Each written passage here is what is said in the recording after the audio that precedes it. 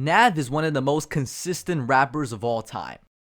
I didn't say consistently good, I just say he's consistent. Before I begin to talk about the amount of suffering and pain I endured preparing to make this video, let me just explain to you why I don't like Nav as a rapper. The first criticism I have for Nav is his monotone voice. Many people often compare Nav to sounding like a robot because he really does. After listening to all of his projects, rarely does Nav ever show any sort of emotion or passion in his delivery. When Nav raps, all I hear is someone with the most robotic voice rapping with zero vocal inflections, zero energy.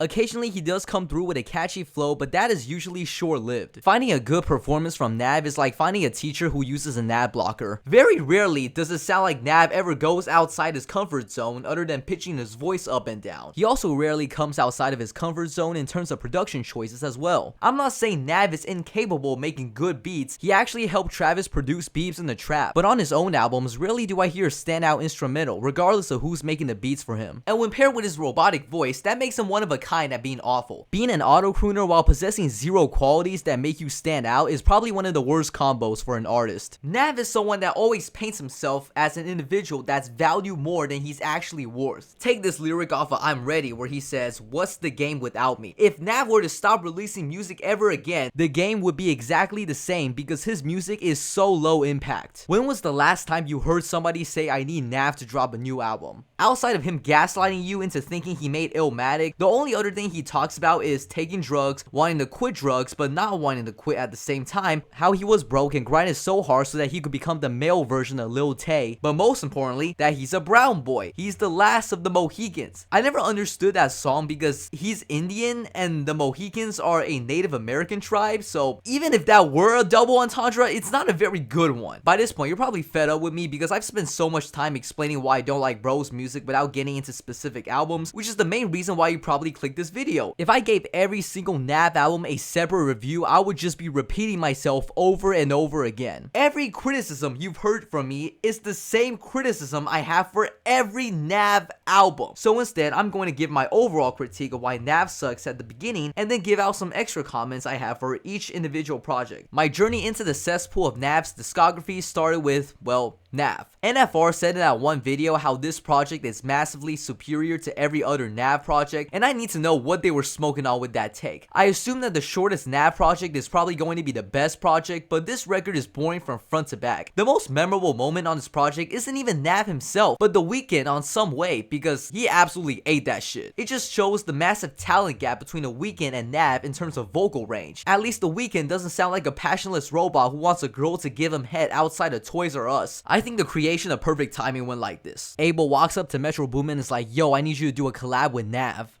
But he's kinda ass though. "It's fine, I'll wire you the money anyway, just go."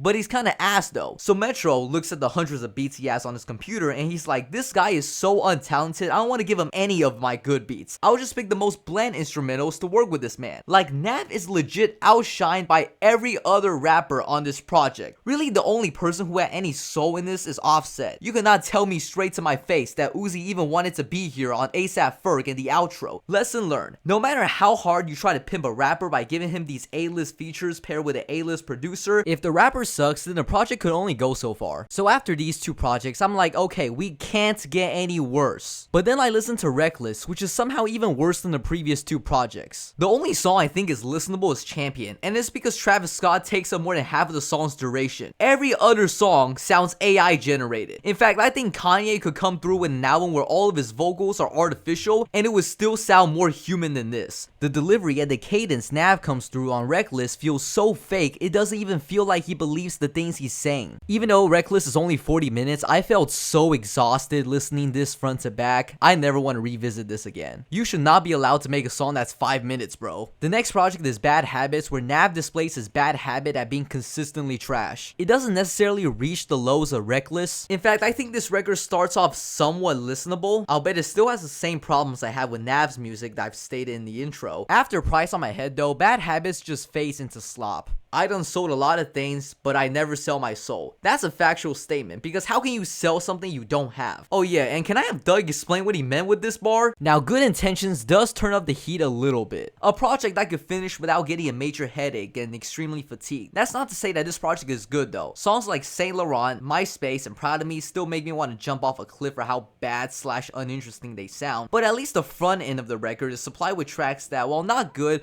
they're serviceable. And you know what?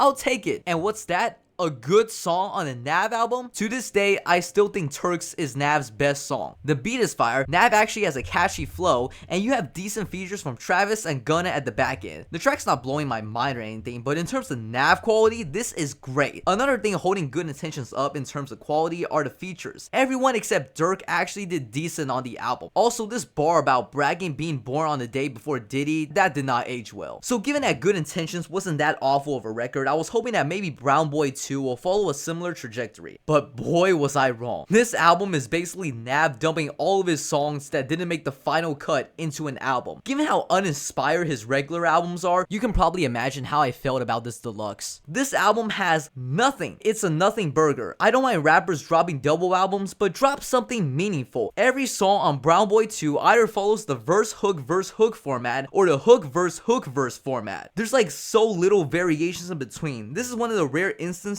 where I genuinely have no positive things to say about an album. The most it can be is generic. That's it. After this is Emergency Tsunami, which in my opinion is the best NAV project he's ever dropped. It's the only NAV project I don't feel annoyed if someone placed this in the car. What makes Emergency Tsunami stand out compared to other projects? Easy. The beats. This album is exclusively produced by Wheezy, and he actually delivers some amazing instrumentals, and NAV's just surfing on that bitch. It's kind of like Drip or Drown 2 by Gunna. A mid project, but some of the aquatic beats on that record matches very well with Gunna's simple but intoxicating performance. Now, NAV is not as good as Gunna when it comes to putting you in a trance, but Friends and Family, Young Wheezy, and Repercussions, they're solid. In fact, the entire first half of the record is okay. Unfortunately, just like traditional NAV fashion, the second half always falls off. I swear to God, he can never make a project that's good all the way through. But if Emergency Tsunami was a step forward, then Demons Protected by Angels is certainly a step back. We have regressed into the old-fashioned, bland, lifeless NAV projects I'm used to. I'm actually surprised as to how well this project was received by his fans, because honestly, this is one of NAV's worst albums. When I hear a song like Reset, I have to physically cover my ears because of how awful the auto-tune sounds. It's funny how a song about never sleeping is the only song I don't feel like sleeping to when I hear this album. And speaking about never sleep, NAV has the audacity to say, if a producer don't take off his tag, I'll do it myself and I'll remake the beat. There's like multiple times on the album I hear producer tag. I mean, I'm genuinely running out of things to say that I haven't said already. Let's just get to the last album. On My Way to REXDALE. NAV wears what looks like a bathrobe and takes you back to the hood he was raised in, REXDALE, Toronto. He's not only back to his hood, but he's back to making these boring blend of pop rap and alternative R&B. If I had to describe this new release, I would say that this is just a slightly better version of Reckless. In fact, I would say that this is probably NAV's most human-like project he's ever put out, besides Emergency Tsunami. Yes, there's no shortage of terrible songs. Once again, the majority of this album is uninteresting, but it does have the courtesy to be somewhat short. And there's some songs that don't sound terrible. Real Me, the single, is